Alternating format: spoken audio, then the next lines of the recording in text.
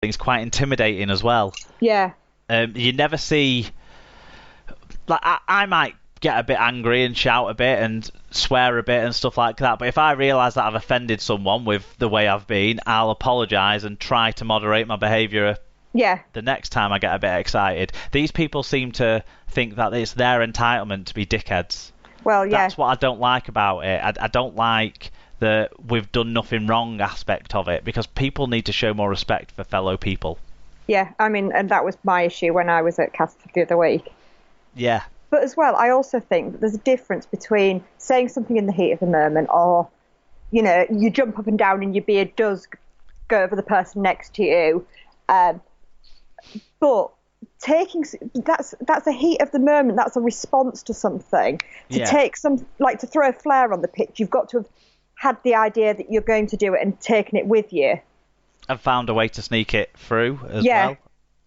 Yeah. So. Well, when one of these flares goes off round someone's ball sack, they're going to stop taking him in, aren't they? Yeah, I suppose that person will anyway. Let's move on to the Championship, and people who similarly don't necessarily always give our sport the best of reputations. The Leona Derek Beaumont, who's confirmed that the club will operate a hybrid model that will involve full-time and part-time players next season. The Centurion started the 2019 season as a fully fledged part-time side when he couldn't be bothered. Then they recruited the likes of Junior Sal, Kevin Brown, Jordan Thompson, Mitch Clark and Ryan Braley towards the back end of the season when he thought he could get promoted. League coach John Duffy will have around 15 full-time players in 2020, with the rest being on part-time deal. I think this is what promotion and relegation does to clubs like Leigh that have an owner who's got a bit of money, probably not enough to sustain them as a Super League club long term, but certainly enough to make them the top Championship club whilst there's no Toronto there. Yep. 15 is quite a sizable amount, actually, isn't it, of full-time players? Well, exactly, until some of them start getting injured. I was going to say, the other two that are in the first team squad must be a bit hacked off. It is an interesting dynamic to manage, isn't it? That's for certain. I didn't really think about that part. I was too busy thinking about Derek with his big mouth again. How many of these will he actually honour the full-time contracts of when they have a bad start to the season? Well, yeah. But good point. Widnes twins Ted and Jay Chapelhow have signed new one-year deals with the club. The forward duo, products of the club's academy, have added to not Kieran Patel's assembled squad ahead of 2020 season. I haven't changed this since it was first done, never. But have been added to Widnes's assembled squad. No idea who's coaching Widnes next year. And I think it might be Paul O'Brien. Right. Both have been regulars for the club. At least he cares. With Ted being Widnes's highest appearance maker during 2019. Fair enough. Halifax have completed their fifth signing of 2020 with the capture of Matt Garside from Bradford. The back row joins Fax on a one-year deal and will join Jody Broughton, Tom Gilmore, Keegan Hurst and Paul Braley at the Shea next season. That's looking quite strong, isn't it? Yeah, if they get the mix right about what players they retain and what players they bring in, they're another team along with Leigh that might be thinking about top end. Yeah, if they can teach Keegan Hurst how to catch the ball and hold on to it, they could do well. And keep Jody Broughton fit. Yeah. Anyway, Batley, they've signed back rower Lucas Walshaw from rivals Dewsbury for 2020. The 27-year-old started his career in Super League with Wakefield before moving to Bradford and then Dewsbury. Walshaw has made more than 70 appearances for the Rams in the Championship. Dom Speakman and Fraser Morris have signed new deals with Dewsbury. Halfback or hooker Speakman, who's 25, joined the Rams towards the end of last season after being released by Widnes. He signed a one-year deal. Prop Morris, who's 22, linked up with Dewsbury midway through 2019 from Halifax and has signed a new 2-year deal.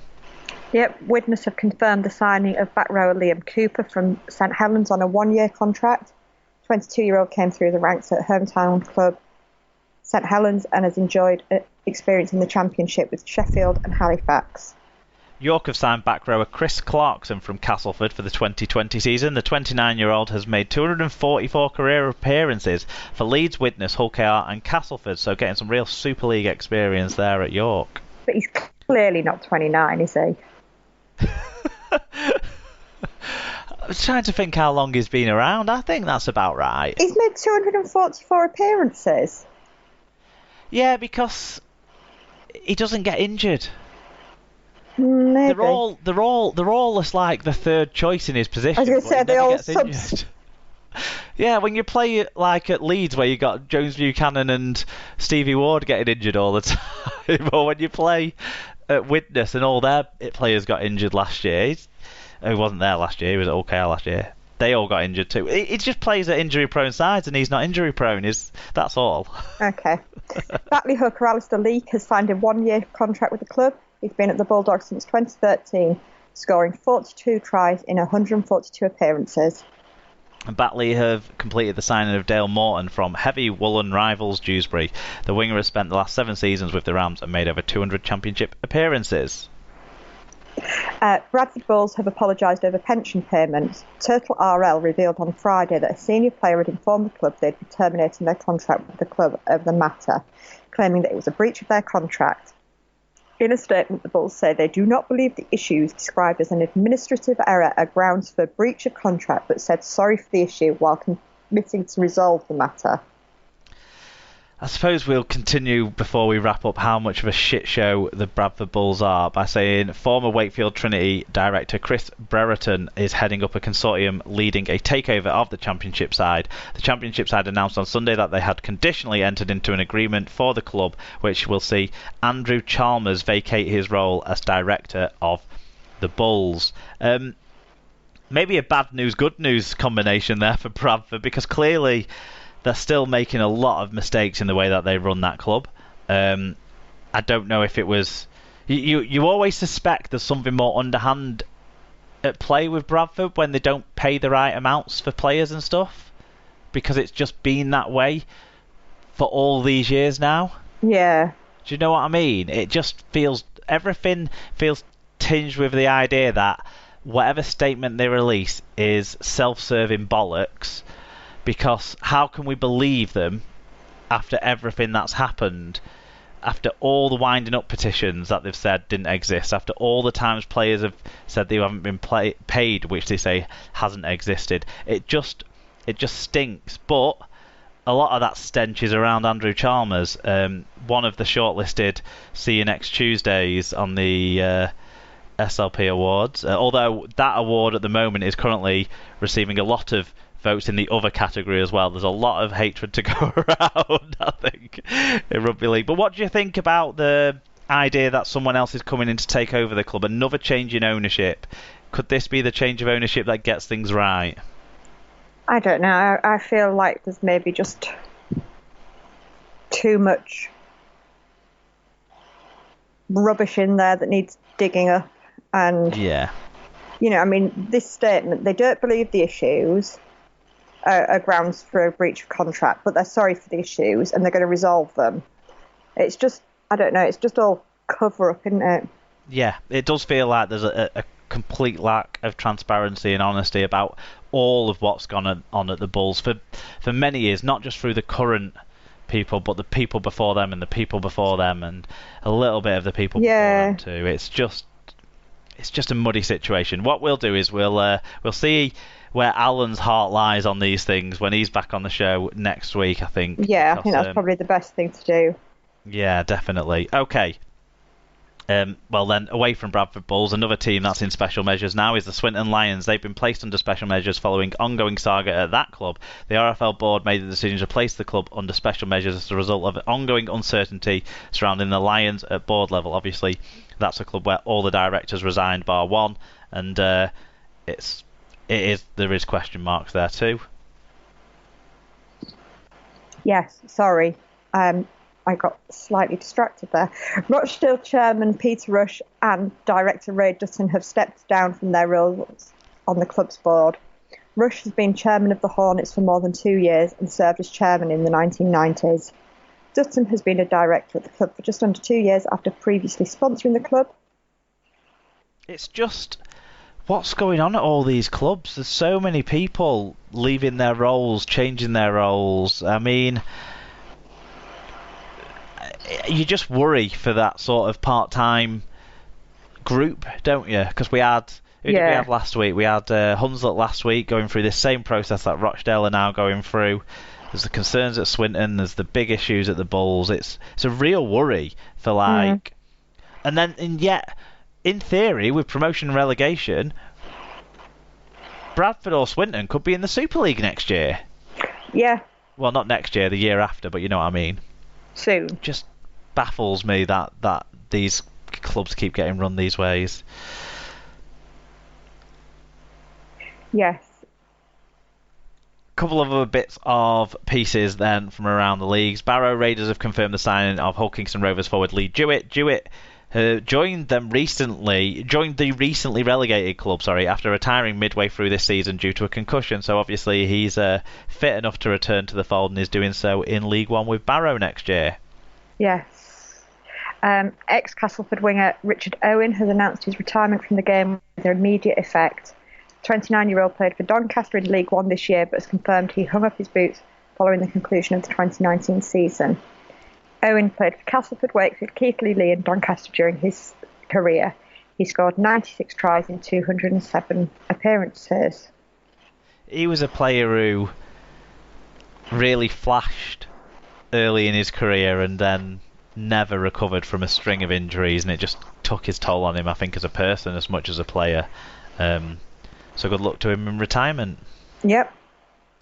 England forward John Bateman has been named the Dally M second rower of the year in his first season in the NRL. Bateman, who's 26, moved to Canberra from Wigan ahead of the 2019 campaign. It was Roosters fullback James Tedesco who won the 2019 Dally M medal for Player of the Year, as well as earning himself the berth of fullback of the year as well. But well done to John Bateman, absolutely tearing it up in his first season in the NRL. Yep. Salford's Australia-born halfback Jackson Hastings does qualify to play for Great Britain, the RFL has confirmed. The 23-year-old was not included in the initial squad for the upcoming tour of New Zealand and Papua New Guinea, but he has now proved he's eligible through his Plymouth-born grandmother. How does Joshua feel about this? I've not broken it to him, but I think we all know how he'll feel about this. Yeah. Because there are people like Mark Sneed who were born in Oldham. Not that he's advocating for Mark Sneed playing for Great Britain. Pretty much word for word, yeah. Well, I mean, if we can get a Man of Steel out there, then I'm not going to argue too much. But we've got some decent halfback options now that we've produced ourselves as well. So it's quite good competition for places at the international level. Talking of the international level, Bob Bezic has been appointed Ireland captain for 2021 Rugby League World Cup qualifiers. The former Wigan and Lee hooker takes over from Liam Finn, who retired from international duty at the end of the 2018 season. I thought Bob Bezic had retired. It feels like he's never played this year. Ireland are in Pool A alongside Italy and Spain, with the top two nations progressing to the World Cup. Ireland opened their campaign against Spain in Valencia on 26th of October before meeting Italy in Santry, Dublin on the 9th of November. Should they progress, the draw for the World Cup in England will take place on 27th of November. So, that Ireland train-on squad does feature a lot of local talent from the Irish leagues. Lee Walsh from Athboy. What? Fiac? It's Fiac. Fiac? Millward. Sam Cullen and Shane Kelly from the Barracudas from Carlo. The Barracudas, that's a good one. Michael Ward from Batley, Joe Keys from Bradford, Ewan Tierin from the Coventry Bears, Martin Riley from Dewsbury, Matthew Towie from Galway Tribesmen, Oliver Roberts and Ronan Michael, who we talked about earlier, from Huddersfield, Ethan Ryan, now of Hull KR, Greg McNally of Lee, Ben McKiernan, Graham O'Keefe, James Mulvaney, Kevin Varga, Matt Connolly and Matthew Code, all from the Longhorns, Roland Podesta from Manly, Danny Bridge, who's at Oldham these days, Api Perewangi, who apparently is at the New Zealand Warriors now. There you go. Tyrone McCarthy of Salford, James Bentley of St Helens, Frankie Holton of Swinton, Anthony Mullally, Bob Bezic and Liam Kay from Toronto, Jack Mackin from the Tweed Head Seagulls, Jack O'Sullivan from the University of Gloucestershire, George King of Wakefield, Keenan Brown, Pat Moran, and Riley Dean, all of the Warrington Wolves, Callum O'Neill from Widnes, Liam Byrne from Wigan, and Dec O'Donnell from Workington are